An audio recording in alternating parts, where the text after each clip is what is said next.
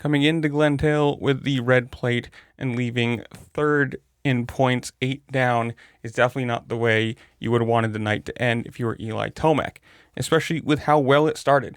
The heat race, he got out and had like a 5-second lead and looked like he was going to just have his way, just dominate all night long, looked really good in qualifying, looked smooth in the heat race, and this is the problem.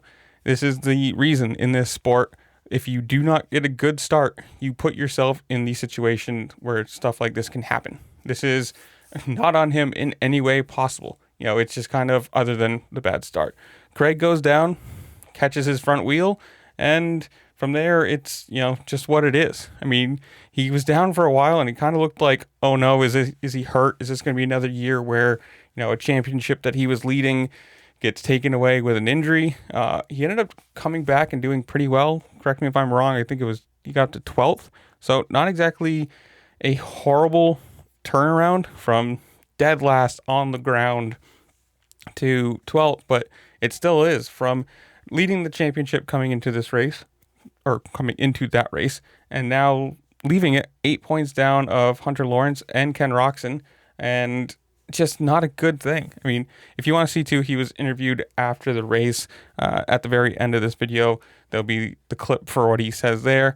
And the good thing is, at least it sounds like he's not injured. Just that it took him a little while to get, his body loosened up and back into the swing of things. Because once he was back going, he stayed in like 18th, 19th for a while. But once he got back into like the rhythm of things, he was going super quick, looked incredibly smooth, like definitely would have been a dominant night if he didn't get taken out. He would have cruised to a first place finish without any issue at all. But I don't know, man, it's one of those things. Knock on wood that he isn't injured, because he looks really good this year. This could be, the title, and then obviously I think he's got a 1-year option that he can choose to do next year. And it'd be the question of, if he wins this title this year, if he comes back and ends up, everything works out right. Let's play the hypothetical game. If he comes back, wins this title, and it's going to be the question of, does he walk away? Is it, I've got my last one, I've got the redemption title that I should have had from the ACL injury and from the, ankle injury, whatever, Achilles injury, and he could just say, that's it for me. I'm happy with that. I went to a different team, went to a different bike, proved that I'm still, competitive and could win the title.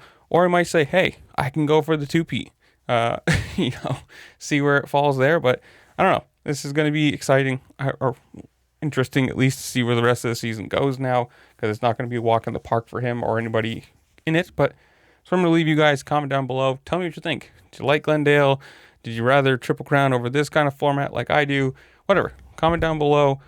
While you're down there, make sure to like, share, subscribe. Do all the fun things this platform lets you do, because it does help me out. I appreciate it. And with that, I'll see you later.